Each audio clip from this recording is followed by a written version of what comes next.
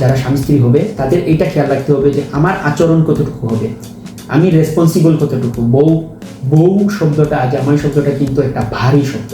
এখানে রেসপন্সিবিলিটি নিজের বাবার, নিজের সংসারের, নিজের এখানে আমি চাইলেই যে আমার ইচ্ছে হলো সকাল 2টার সময় উঠি চলে গেলাম কক্সবাজার, পারবো না। আমার ইচ্ছে হলো আমি আজকে অফিসে চাকরি করলাম না, আমার ইচ্ছে হলো আমি মানামারি বাপের বাড়ি গিয়ে বসে থাকলাম, চাইলেই পারবো না। কারণ তার শ্বশুর বাড়িতে, তার বাবার বাড়িতে তার একটা রেসপন্সিবিলিটি আছে। গার্লফ্রেন্ড তুমি রাগ করছো, আমাদের সম্পর্কটা নষ্ট হচ্ছে কেন? প্রত্যেকটা ওই যে মেয়েরা যারা আগে রিলেশন করতো বা আমরা যারা আগে রিলেশন করতাম, আমরা মনে করি কি বিয়ের পরেও মনে হয় আমাদের রিলেশনশিপের লাইফটাই যাচ্ছে।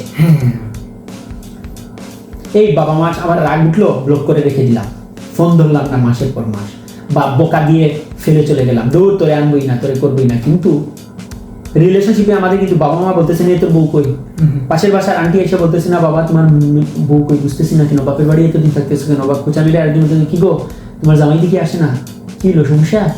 রিলেশনশিপে কিন্তু এটা বলতেছে না, এটা বলে কেউ তো জানেই না। সো এখানে রেসপন্সিবিলিটি, এখানে সেই জন্য বুঝতে হবে যে আমি কতদিন আমার বাবার বাড়িতে থাকবো, আমি কতদিন আমার স্বামীর বাড়িতে আমার থাকতে হবে, করতে হবে। স্বামীরও বুঝতে হবে কতদিন আমি আমার বউর সম্পর্ক সম্মান তার রাখতে হবে, স্বামীর সম্পর্ক সম্মান রাখতে হবে। তাহলেই দেখা যাবে যে একটা রিলেশন বা একটা সম্পর্ক সুন্দরভাবে টিকে আছে। না হলে এই যে তৃতীয় ব্যক্তি এই সন্দেহ টন্দেহ এগুলো সব কিছু এসে নষ্ট করে ফেলবে। এটাই হচ্ছে মানে আপনার একটা সম্পর্কের খারাপ দিক এবং ভালো দিক।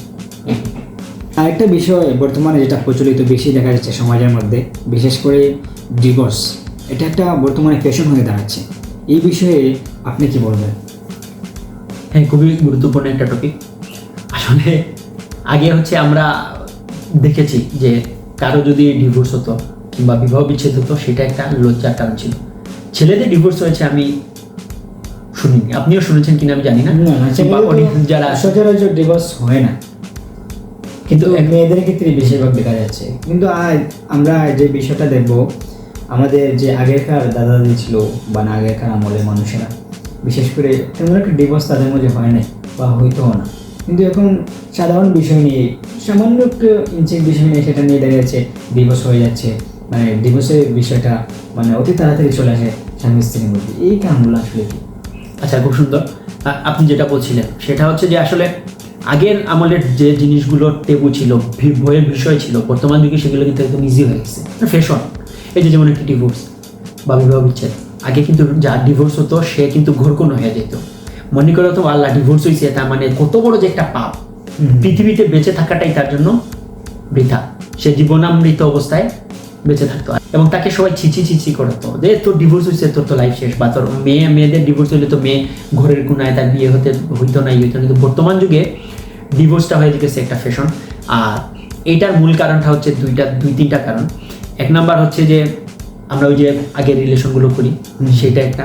2 নাম্বার হচ্ছে আপনার আমার মনোমালিন্য হচ্ছে না, আমরা স্বাধীন চেতা, শিক্ষিত। তো শিক্ষাই আমাদেরকে বলছে যে তুমি স্বাধীন চেতা, তোমার যা ইচ্ছা তুমি করতে পারো, তোমার অধিকার তুমি। তৃতীয় জিনিস হচ্ছে লোভ। এখানে একটা সুন্দর বিষয়, এই টপিকের মধ্যে যদি কথা বলতে চাই তাহলে আমি বলবো যে বিয়ের যে কিছু আমাদের টেবু রয়েছে সেইগুলো কিন্তু আমরা যদি এই বিষয়গুলোকে বর্তমান যুগের সাথে তাল মিলিয়ে যদি বাঁচাতে চাই, একটা সম্পর্ক নষ্ট হয়ে যাওয়া এটা অনেক কঠিন। একটা সম্পর্ক টিকে থাকা আর বিবাহ বিচ্ছেদের পরে সেটা কি অবস্থায় যায় সেটা সবাই জানে। সো ডিভোর্সটা যাতে না হয়, ডিভোর্স যার হয়েছে সে বুঝে যে ডিভোর্স জিনিসটা কি। তো কারোর যাতে জীবনে ডিভোর্স না হয়, এটা একটা তকমা হয়ে যায় টাইটেলের মতো, উকিল অ্যাডভোকেটের ডিভোর্সই। এবার জানাচ্ছি রিহান ভাইকে আপনি এত সুন্দর করে টপিকগুলো তুলে ধরার জন্য। বিশেষ করে আবারও দেখা হবে আপনাদের সাথে অন্য কোনো পর্বে। এতক্ষণ সাথে থাকার জন্য ধন্যবাদ। আসসালামু আলাইকুম।